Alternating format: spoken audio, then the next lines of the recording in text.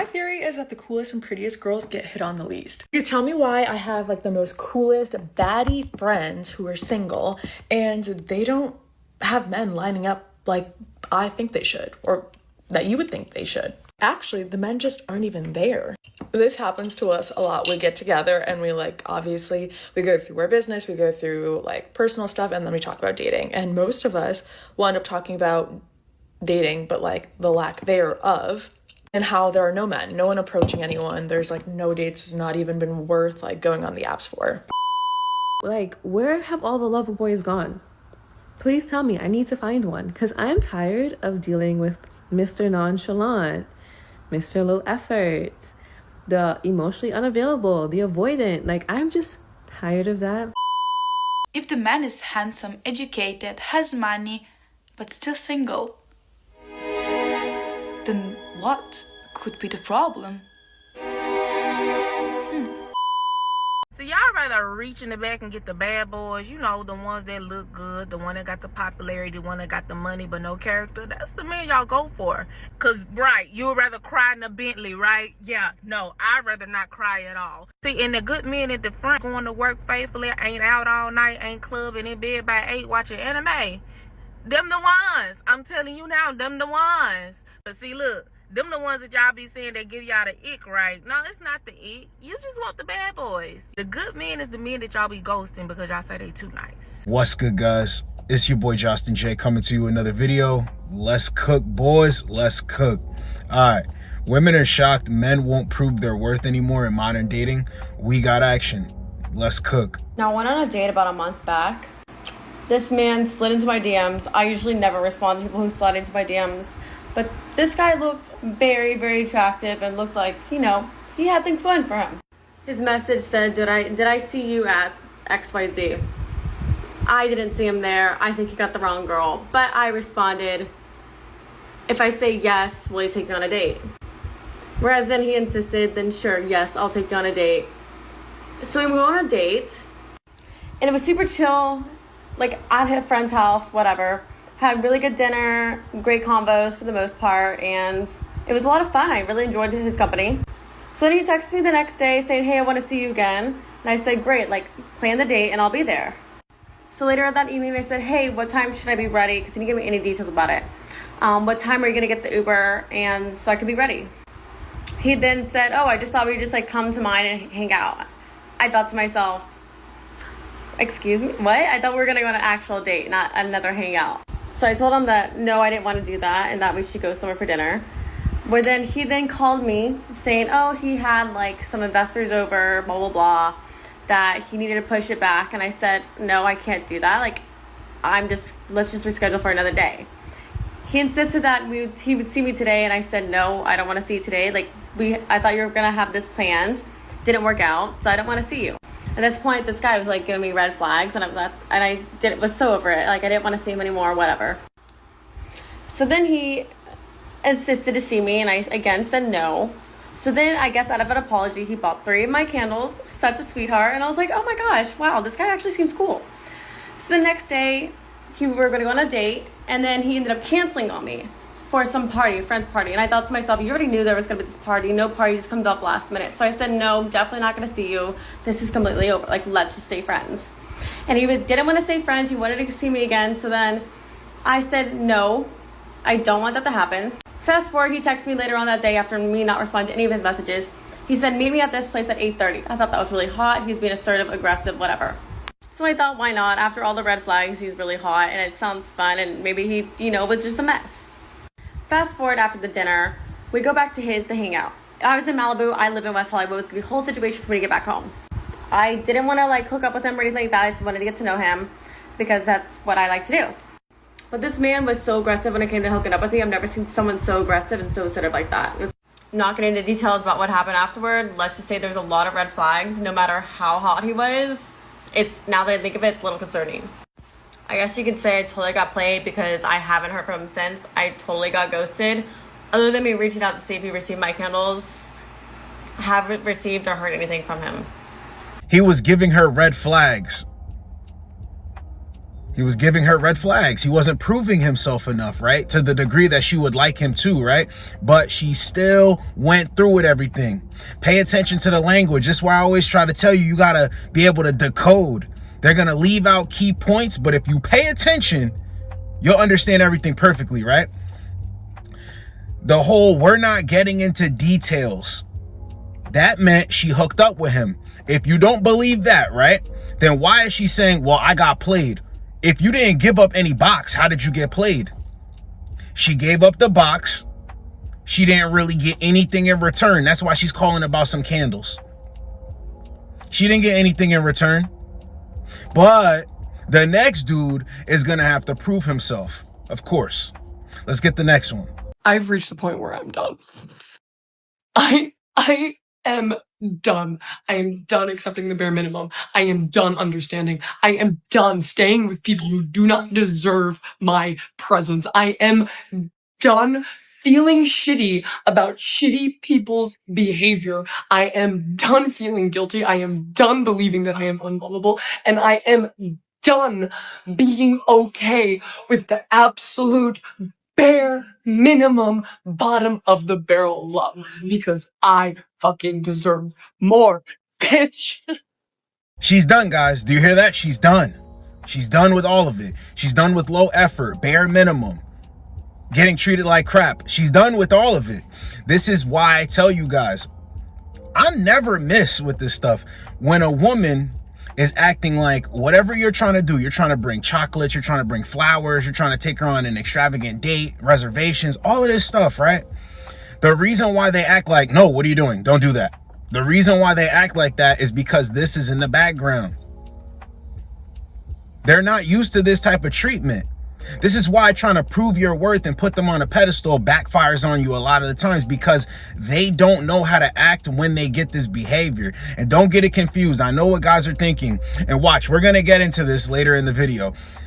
If it's like this when they're younger, imagine what it's like when they're older. Watch this. If you want a guy to do nice things for you, let me give you a little bit of advice of what not to do for the younger ladies. When I moved in with my ex-husband, he came home from work one evening with a dozen red roses. And instead of being like, wow, how amazing, that's so sweet, there was no reason. He was just being really sweet. And my self reacted with, why'd you get me red roses? You know I don't like roses. Peonies are my favorite flower. Lo and behold, he never got me flowers again, and rightfully so. Proving yourself to them equals what? It equals nothing. It equals nothing. I'm trying to tell you guys, and this is why I tell you, pay attention to the beginning.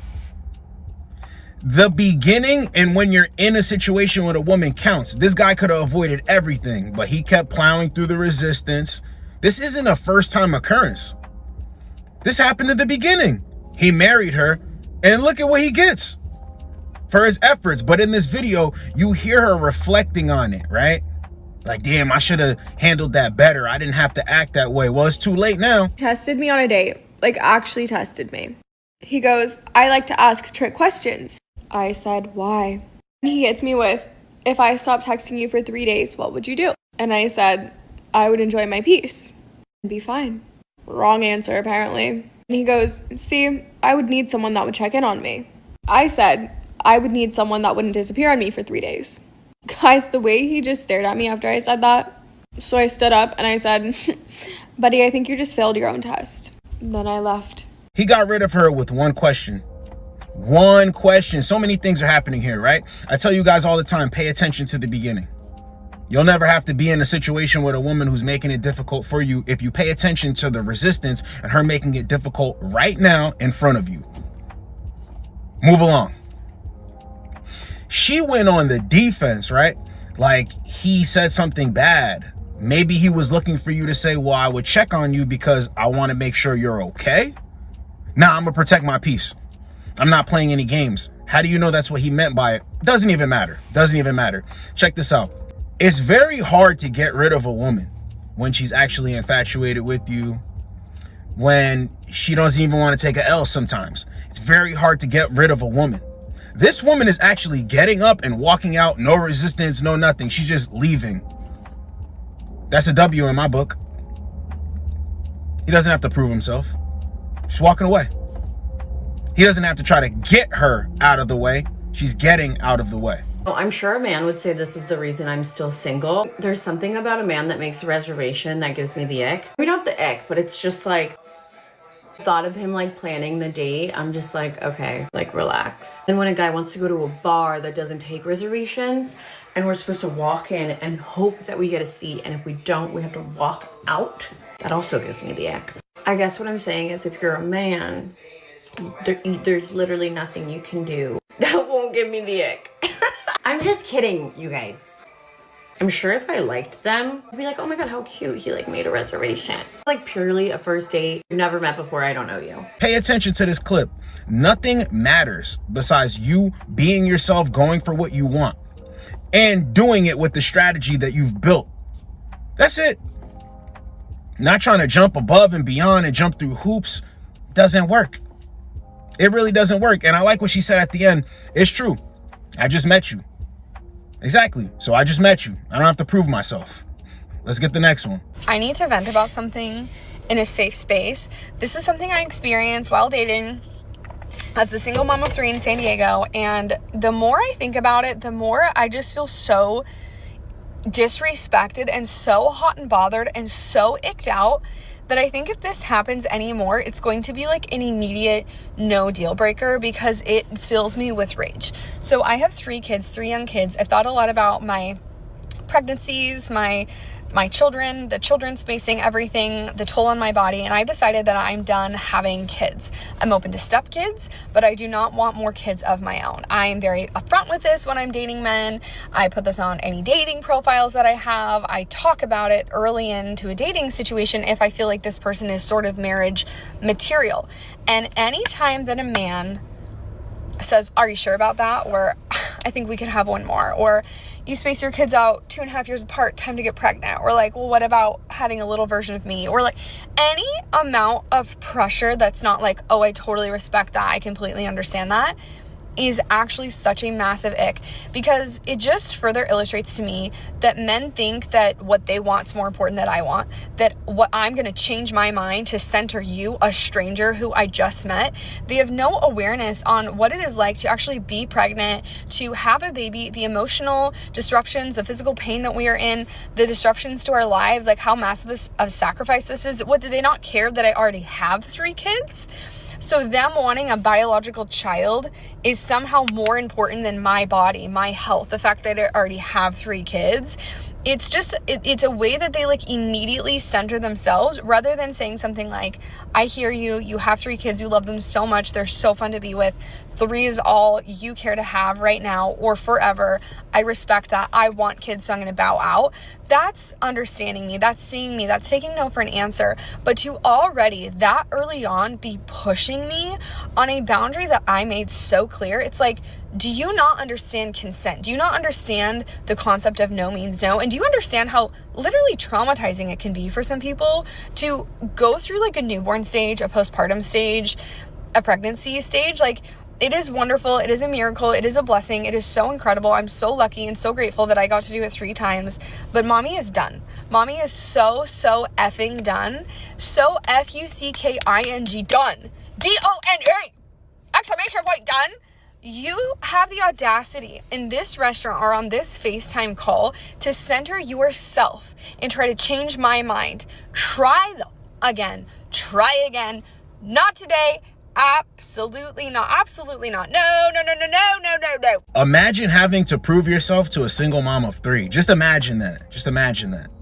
Let's take a second. Let that sit in. This chick is acting like dudes are coming up in abundance, pushing for her to have their kid. What? Getting on this camera lying because maybe it happened once or twice. Once, if that. Dudes are not lining up to be stepdads and to take on kids and give resources and not even have a kid of their own with you. Let's think about it. Let's say guys did want to step into that role. He'll take care of you and your 3 kids and be like this family or whatever, but you're not going to have a kid by him? What? I don't know. Maybe I'm tripping. But these clips, the more we play these clips, you see it. Holy shit, this is really what they think and what they believe. So we have to stay on code. If we don't stay on code, Nothing's rational. Nothing is ever going to work if we don't stay on code. Guys, protect yourselves. And I'm telling you right now, stay in the shadows. When you want to date, be very selective. But don't ever for a second think that you have to prove yourself to a woman, because that's a losing game. It's your boy, Josten J. Get with you boys in the next video. Like, comment, subscribe. Let's go, boys. Let's go. Let's just do a bit of an update on my very messy life. So I met this guy the other night in a pub who was really lovely. He was like 6'5", blue eyes, brown hair. Only problem is he's got a girlfriend. I say it's a problem. Anyway, he was like buying me drinks all evening. Some stuff happened, and then boom, I'm ghosted. I haven't heard from him since. I assume because he's got a girlfriend. But why do men do this? Like, I'm just here, right? Technically, I did nothing wrong. I'm single. I want a relationship. And he said, I'm not leaving you for my girlfriend. I was like, great. Well, don't pursue me then, because I actually want a relationship. Like, men like this really piss me off, you know?